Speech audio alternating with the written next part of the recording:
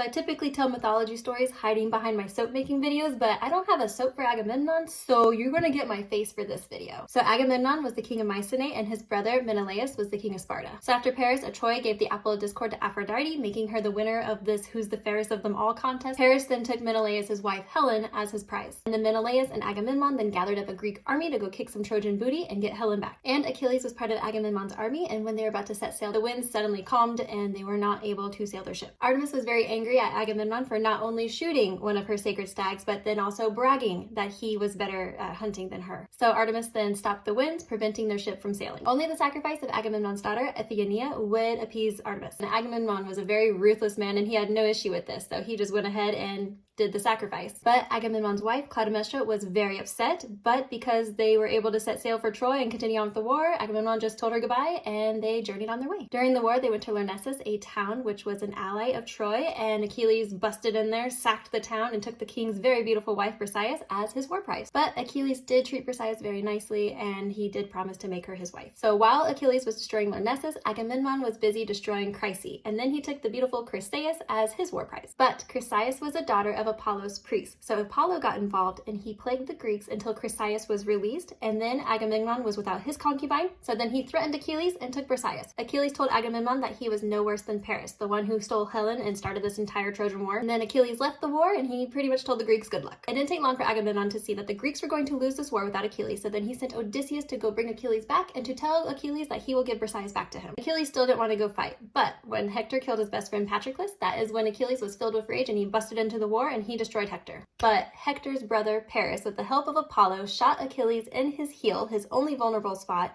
and this killed Achilles. And then Odysseus and the Greeks, they made the big wooden horse that they pretended was a prize, but hidden inside was the Greek army, and so when they got into Troy, they busted out and they stormed through, and they won the war. So the Greeks won, Troy fell, Helen went back to Menelaus, and Agamemnon took the Trojan king's daughter Cassandra as his war prize, and then he journeyed back home. The war had gone on for 10 years, and Agamemnon's wife, Clytemnestra, who was not happy with Agamemnon anyway, had found herself a new boo named Aegisthus. Clytemnestra was still very upset with Agamemnon for what he had done to their daughter Iphigenia, and so during Agamemnon's coming home feast, Clytemnestra and Aegisthus, they took a knife and unalived Agamemnon. And then Aegisthus became the king, until Agamemnon's son, Orestes, unalived Clytemnestra, his mother, and Aegisthus.